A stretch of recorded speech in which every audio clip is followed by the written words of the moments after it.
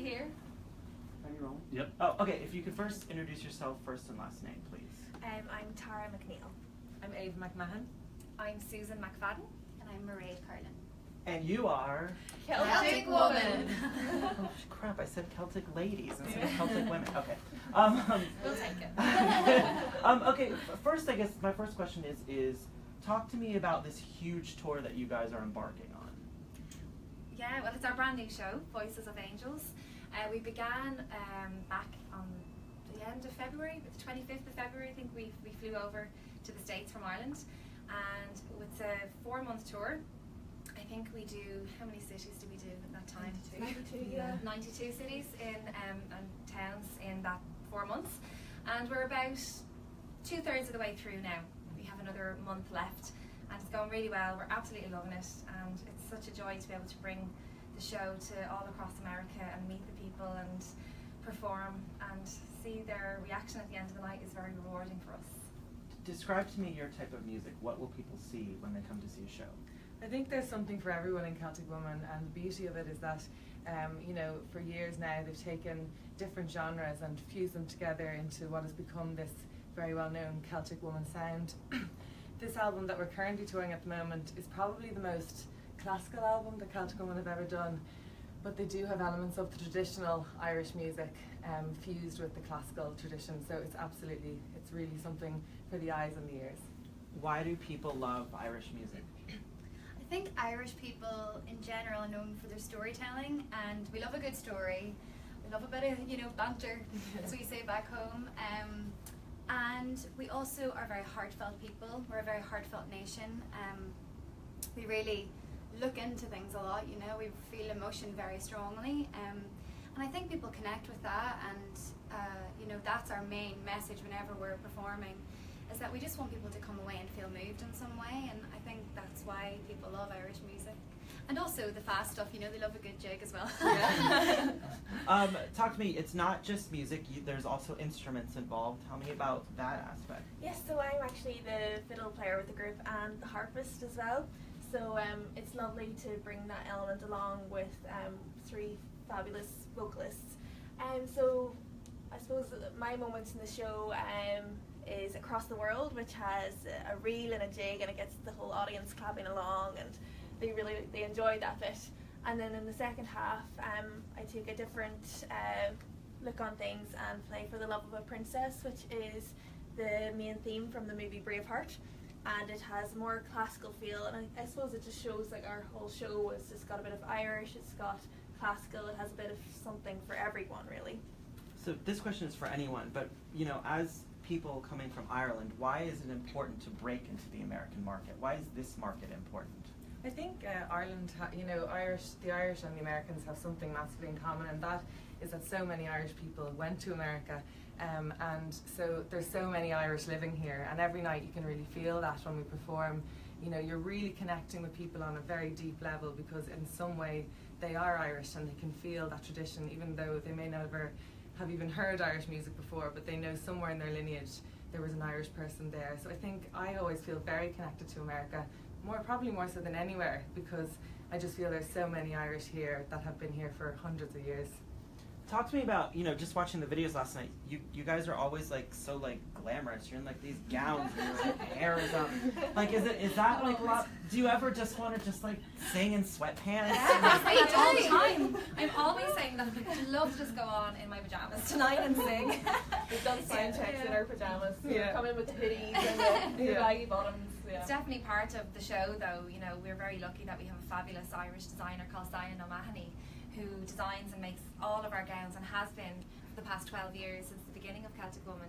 And it's definitely something I think that people, they connect with Celtic Woman. They're like, aren't you those ladies in the big beautiful dresses? And you're like, that's us. So it's definitely a very important aspect of Celtic Woman, I think. So someone tell me where the origins of the band start, because I know, you know, there's multiple people come in and out. Where did it start? How did it begin? It was one night, it was put together, and it was a mastermind idea, you know, and it was only meant to be one night, and PBS got behind us and we're like, you know, we want to put this Irish show together and to showcase the beautiful talent that Irish music has, you know, and Ireland has. And 12 years later, it's still here, and that's because of our audiences. You know, they just wanted to keep hearing what Celtic Woman was doing, and it's amazing that it has been here for 12 years, because the lineup has changed over the years, but the sentiment of Celtic Woman has definitely stayed the same, and we love it. All thanks to PBS audiences, really, because they're the ones that got behind from the very beginning. Like Maureen said, it was meant to be one night, a PBS special, and then the audiences just loved it, so there was a demand for it to tour, and the rest is history, obviously. Now I'm going to go through each of you, and each of you tell me who your dream collaboration would be. Who would you like to be guesting on that stage with you? Oh my goodness. Start with you. I'm a big Taylor Swift fan, so I think that would be a really interesting thing to have a bit of fiddle with her music, and yeah, she has the country element. So I think her, and maybe in the classical element, I'd love to play with Yo-Yo Ma, cellist. Yeah.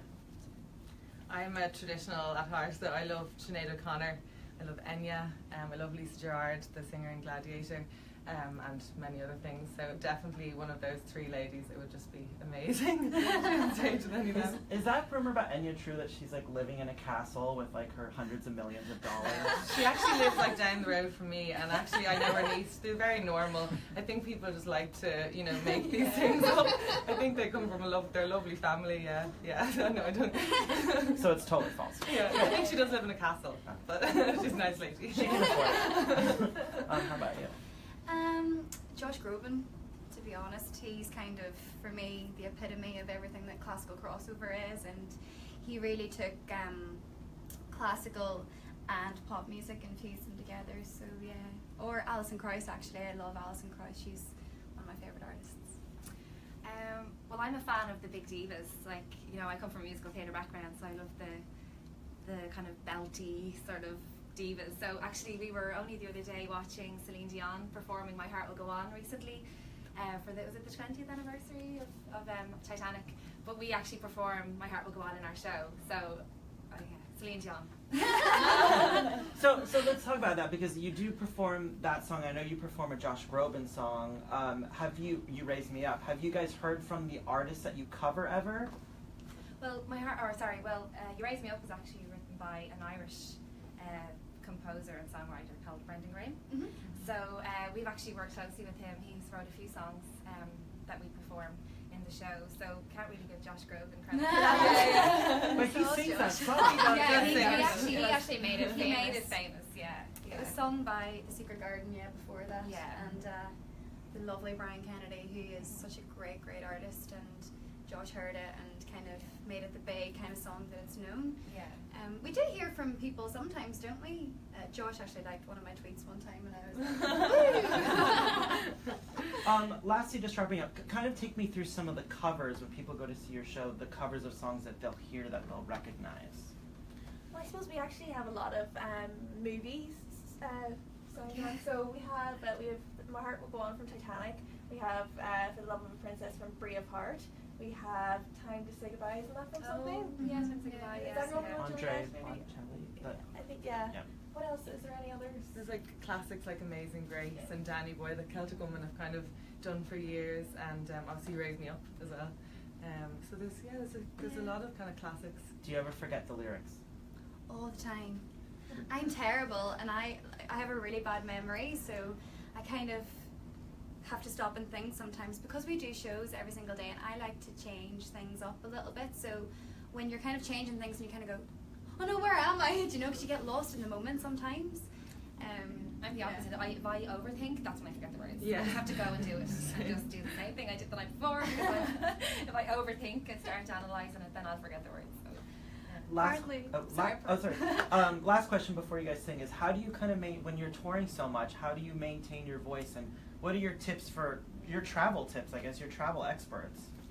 The air conditioning kills us because we're Irish, so we have no need for air conditioning in Ireland. So that's what really affects us, I find. It's very drying on the vocal cords.